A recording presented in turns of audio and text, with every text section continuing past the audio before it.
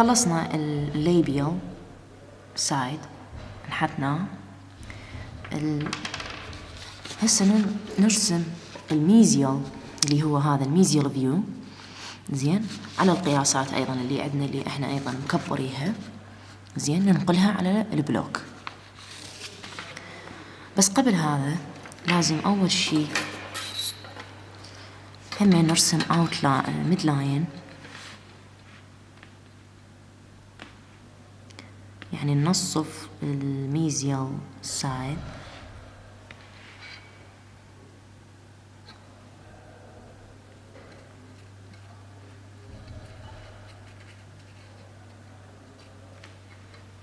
زين. هذا السيرفايكال لاين اللي رسمناه ليبيالي اللي هو النقلة،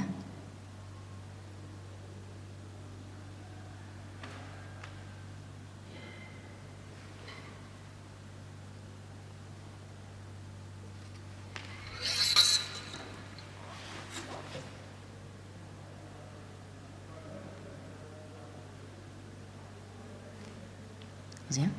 هسه نبدي نخلي هاي اللاند ماركس بالنقاط اللي عندنا هنا 3.5 on the lingual. هسه هذا lingual نخلي نقطة، و 2.5 on the labial، زين.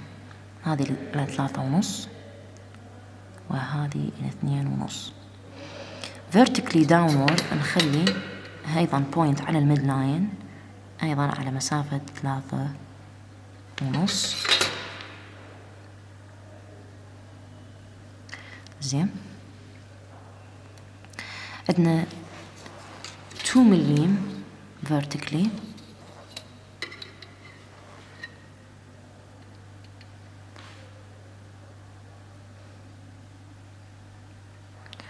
و 4 مليم horizontally على اللينجوال half of the، هاي 4 مليم تقريبا 3.5. هنا راح نخلي ال peak of convexity of the cingulum،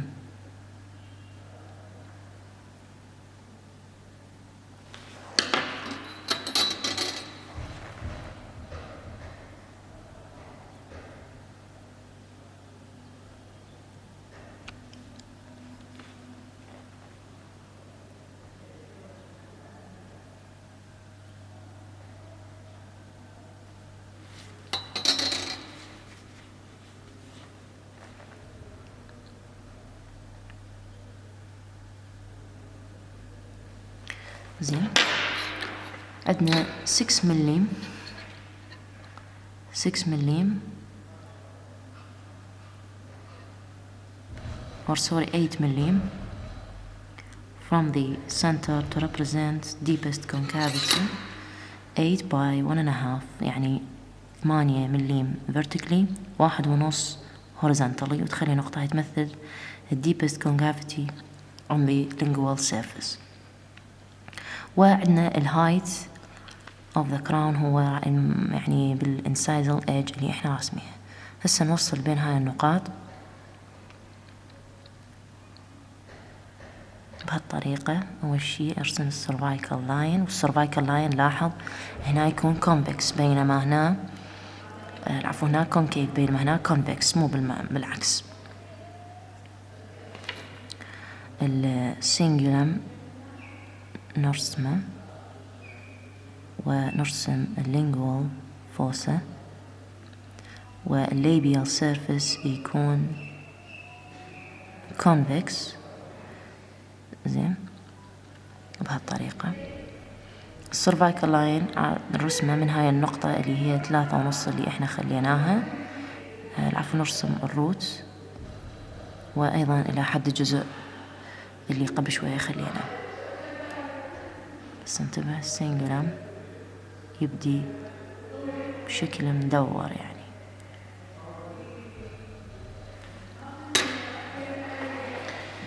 هسه نبدي بنفس الطريقة مثل ما سوينا ليبيالي، نبدي كارفينج،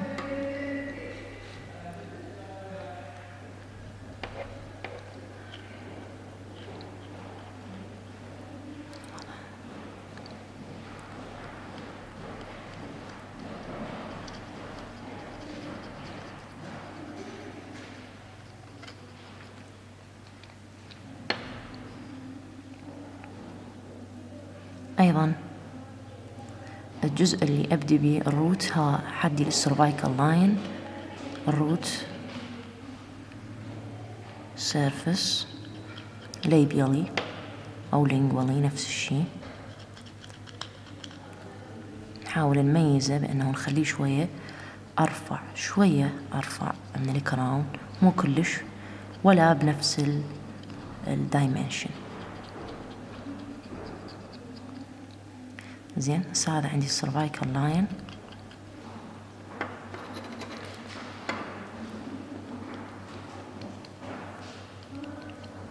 أحفر اللينجوال فوسا بهالطريقة. هذا السيرفايكال لاين أميزه بشكل، بدأ هنا يصير كونستريكشن، بدأت هنا تصير النيك ميزيالي بهاي المنطقة، منطقة السيرفايكال لاين. تشوف الانحدار بين الروت وبين هاي المنطقة. السنجولم تقريبا صاير يعني الرسم مالته قريب على، فما أخذ من عنده على مود يبقى هو عالي، يبقى كونفكس. بقى أخذ اللينجوال فوسا حدي لحد الرسم.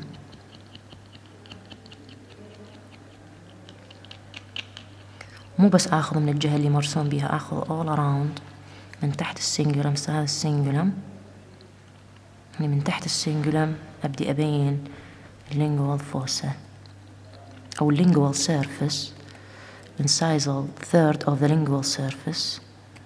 هذا يعتبر cervical third، مثل ما أخذت بالمحاضرة.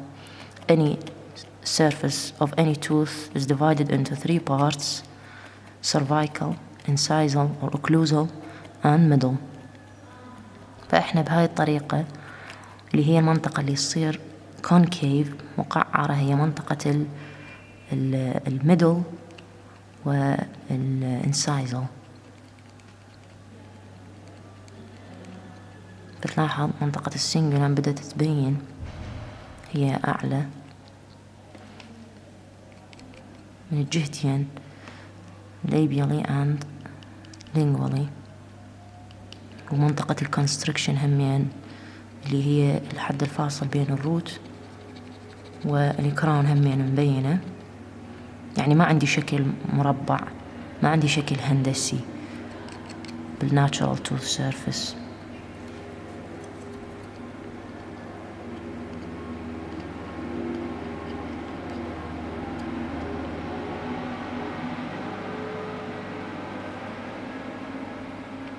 ما أريد السنجولم همين يصعد يوصل للروت، لا، يبدي من السيرفايكال لاين السنجولم.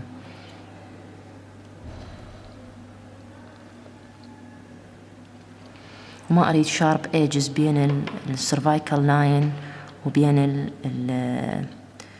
الروت، أريده كله سموث وراوندد.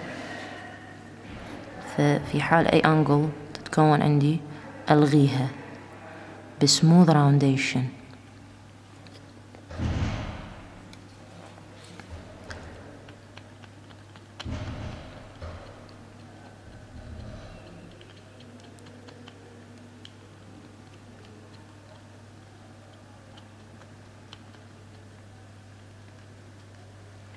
زين، هذا اللينجوال سايد. الليبيوم نفس الطريقة.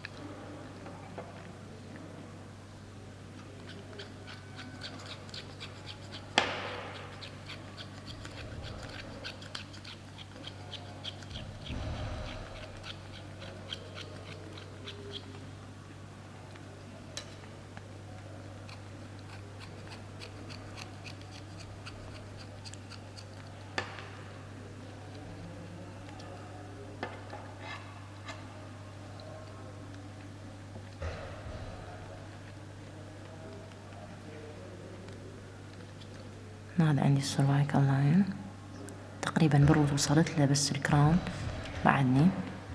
فمن عند هذا السيرفايكال لاين أبدي أبين الكراون بشكل كونفكس مثل ما مرسوم عندي.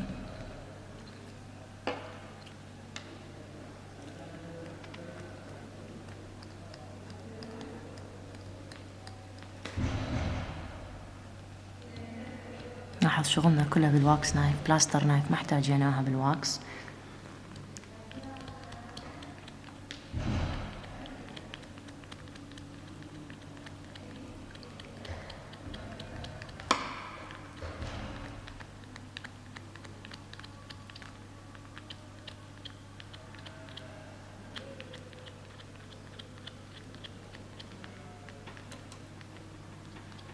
وأنا أوصل للأوتلاين.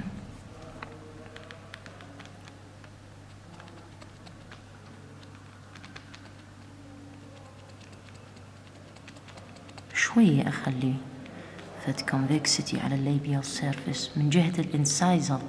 بالانسايزل ثيرد يبدي يصير الكونفكسيتي، يعني هذا هم من الأخطاء الشائعة، إنه يبدي الكونفكسيتي مال الليبيال سيرفيس من الميدل أو من السيرفايكال ثيرد. لا، هي لازم تبدي من الانسايزل ثيرد. يعني إذا هذا الكران مقسمة 3 أثلاث، فلازم الكونفكسيتي مالتك إنه شوية يبدي يروح لينجولي، هاي تبدي من الانسايزل ثيرد. هو هذا النورمال اناتومي اوف upper central incisors.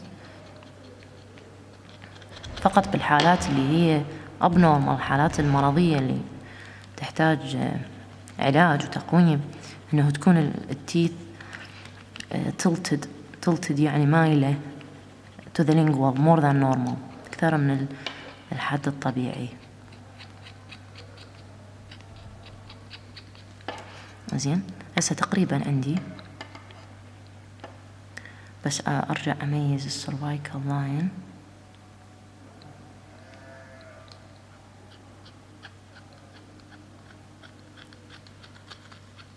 من خلال أنه الروت أسوي له نوعا ما راونديشن، وبنفس الوقت رفعه،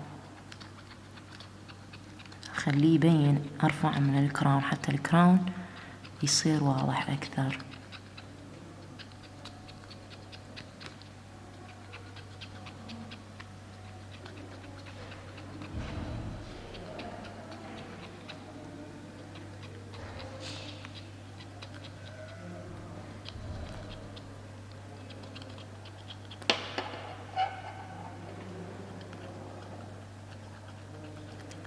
زين، حد هنا أرجع السيرفايكال لاين مثل ما تشوف عندي يختفي بسبب الرسم، فأنا أرجع أرسمه مرة ثانية. زين، على مكان الأولاني convex labially concave mesially and distally convex also lingually وديستالي. نفسه هو لاين يمتد بنفس المستوى، لاحظة هو نفس المستوى ليبيالي، نفسه لينجولي، نفسه ميزيالي، بس الاتجاه مالته يختلف. تبي اللاكرون شلون الطريقة أسوي هذا السيرفايكال لاين؟ أخذ من الليبيال سيرفيس بهالطريقة على اللاين اللي رسمته،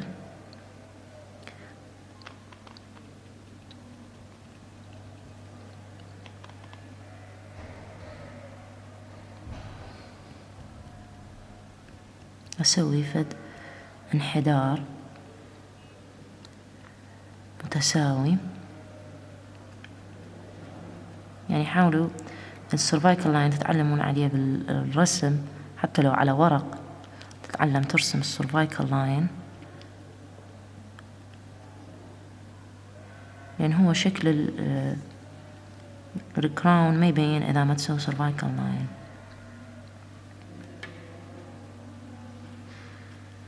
والباقي جزء من الروت أحاول أخليه يكون متساوي أو يعني منتظم قدر الإمكان، مناطق عالية ما أريد.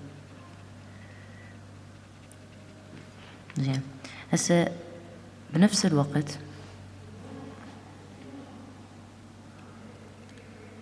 اني السيرفايكال لاين بس ارسمه حتى امشي عليه، يعني ما هو نفسه اسوي كارفينج، يعني اخذ من الجزء من الروت اخذه من الكراون بس هو يبقى. هسه تلاحظ صارت اكو انجل بين الروت وبين الكراون، هاي مو قبول، قلنا لازم يكون continuous وسموث. فعلى هذا السيرفايكال لاين اللي رسمته اخذه من الكراون طريقة انه كأنما اسوي فد راونديشن بس اقل مما اخذته من الروت، حتى ارجع واقول حتى يبين، عفوا، حتى يبين الكراون اعرض.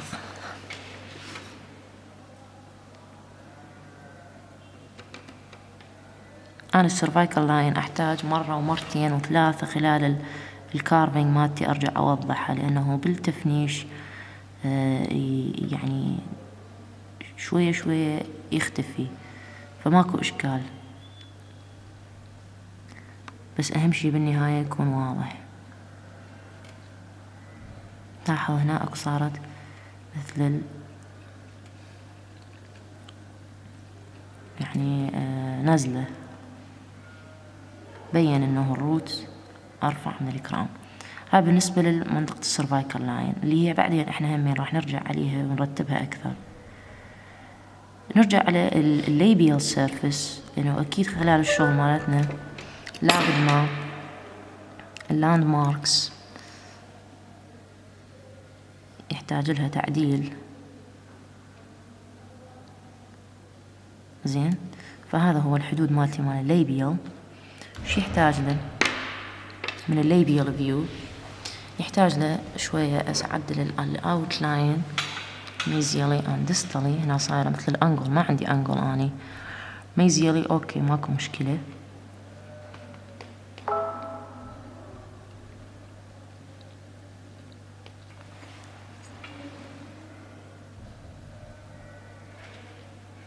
بس ديستالي ما عندي أنجل أسوي لها راونديشن.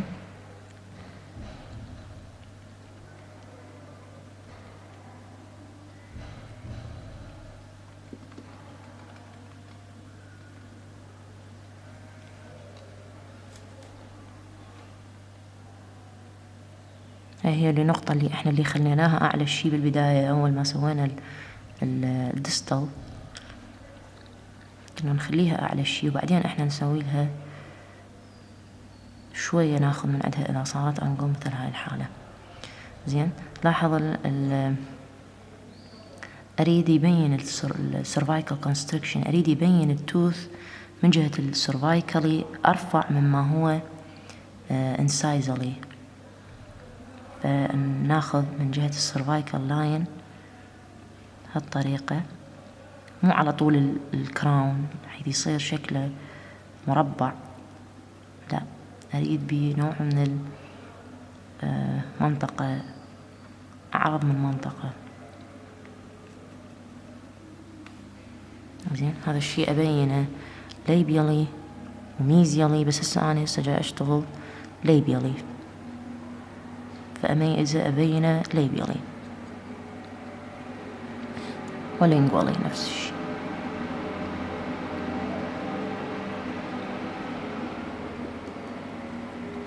فد كونستركشن خفيف يعني.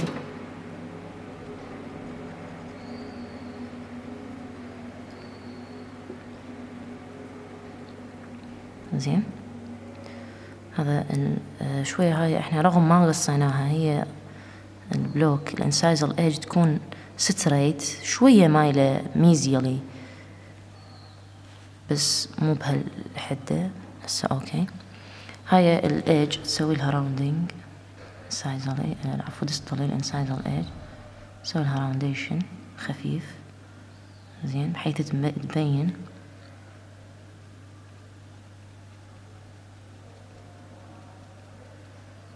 اوكي. بالنسبة لللينجوال نفس الشيء، مجرد انه انت سويت الليبيال اللينجوال المفروض نجي ميزيالي وديستالي. المشكلة هنا شنو؟ انه الانسايزل ايج صايرة عدلة، فما عندي هيك انسايزل، هي من اسمها ايج يعني حافة، يعني المفروض تكون رفيعة، فهاي شلون تعالج هالمشكلة؟ تعمق الفوسة. هنا ليبيالي ما يتحمل بعد ناخذ، ليش؟ لأن هو هسه وصل تقريبا هذا الكيرف الطبيعي مالته، فننزل ممكن نقلل السينجولم ونقلل نزود الفوسة، لأنه أنا كل ما آخذ من الفوسة زين السينجولم يبين أوضح، فأرجع آخذ من السينجولم. فإحنا راح نقلل هسه من الفوسة بهالطريقة على مود شنو أحصل ايج انسايزلي.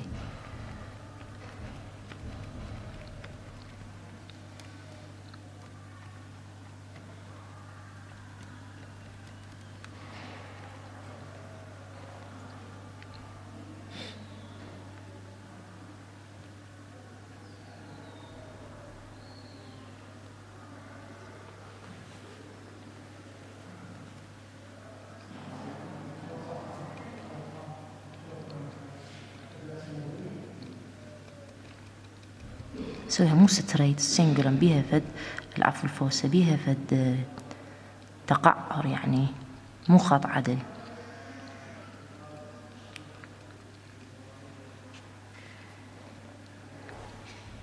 بشكل متساوي labially and lingually.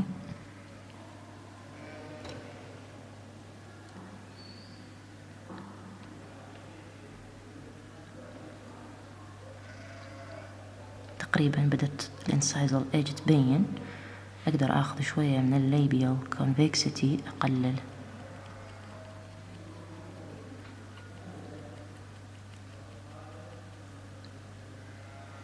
زين،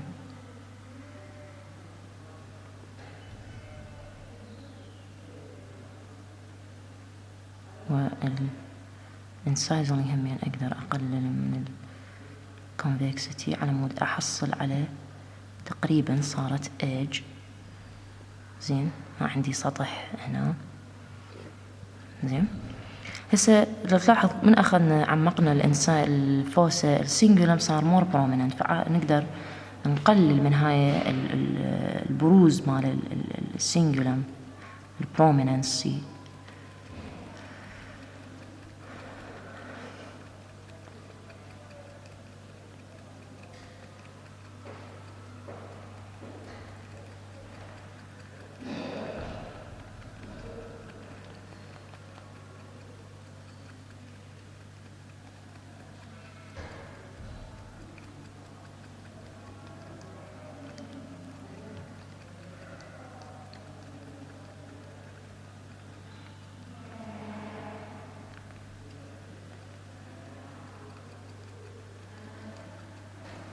مرات تجيب لي شغل اقول لك صعد قلل من السينجولم، كبر الفوسة، عادي تاخذ منها المستوى من السينجولم، تكبر اللينجوال فوسة والسينجولم يصغر.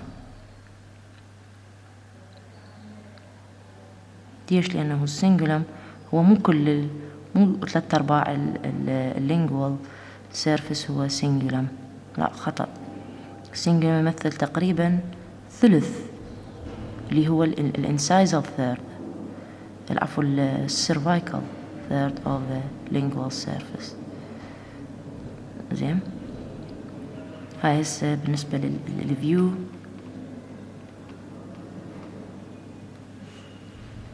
بالنسبة للفيو mesially and distally.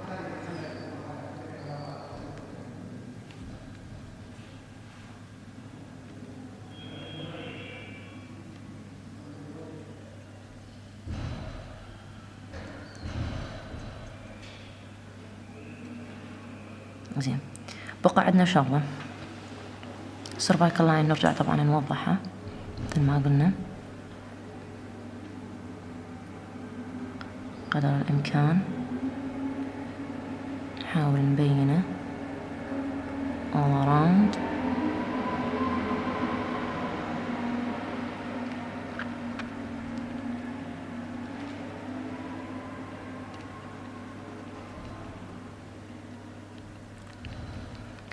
بقى عندي شغلة اللي هو الانسايزل فيو. هسه التوث إذا أطاوع له بهالفيو انسايزلي شوف شكله مربع، في حين هو المفروض يكون شكله مستوى. labially هذا labial surface يكون rounded، بينما lingual surface يكون more tapered. هاي شلون أحققها؟ هاي الأنجلز أغلبهم أقول لهم سوي راونديشن. يقول شنو راونديشن؟ قصدي هاي الأنجلز، هاي اللاينز، هذا الميزيال الديستال والميزيال labially and lingually، الغي لي إياها. شلون؟ تلزمها بهالطريقة incisal view، يعني تسوي لهن هذه باللاكرون راونديشن خفيف، حيث يصير عندي convexity.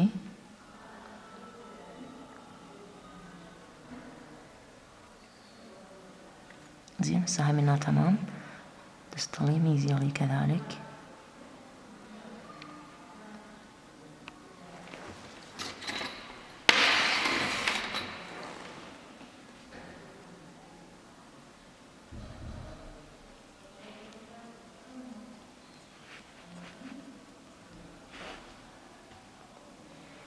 هسه اوكي labially lingually، هاي ايضا الزوايا تاخذ منها، بس تاخذ منها اكثر ما تاخذ labially، على مود يصير عندي مو بس rounded وانما tapered الكراون lingually. تاخذ من الزوايا بس من السنتر ما تاخذ، على مود تبقى هاي اعلى نقطة.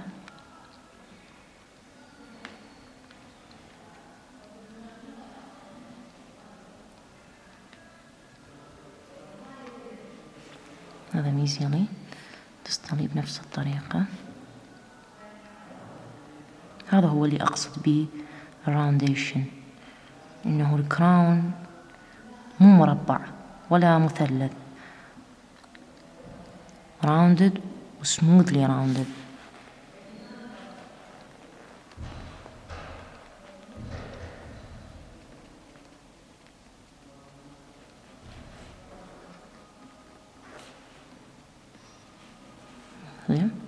now أقرب للحقيقي. أخير فقرة تسويها هي lingual fossa أو lingual fossae، يعني two.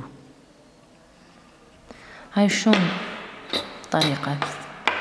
هذا lingual surface على الجزء اللي هو الميدل والانسايزال ثيرد، اللي هو ما تحت السينجولم.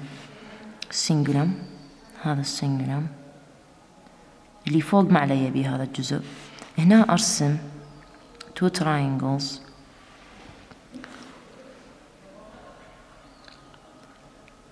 واحد on the mesial واحد on the distal.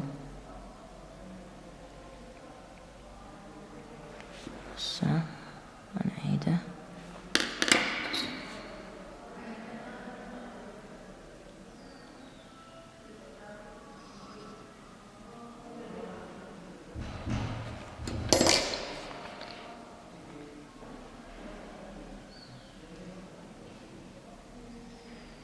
بيناتهم يكون اكو حد فاصل، دول التو تراينجلز. بهاي السكوبينج اند اوف ذا لاكرون اسوي لهن كارفينج بطريقة انه ما اصعد على السنجولم ولا انزل كلش للانسايزال ايج، وانما بالسنتر تو فوسيز وليس وحدة.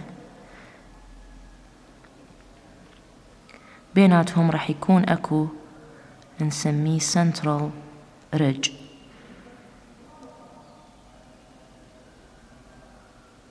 أهم شي ما تصعد على السينجولم يبقى prominent.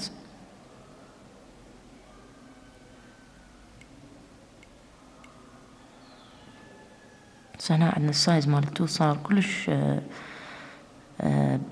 يعني بالكاميرا ما راح يبين كلش، بس بالحقيقة تقدر تشوفها. الفوسيز مبينة والسنترال ريدج بيناتهم أيضا. عندنا أيضا من تكمل راح تشوف عندك صارت ريدجز اللي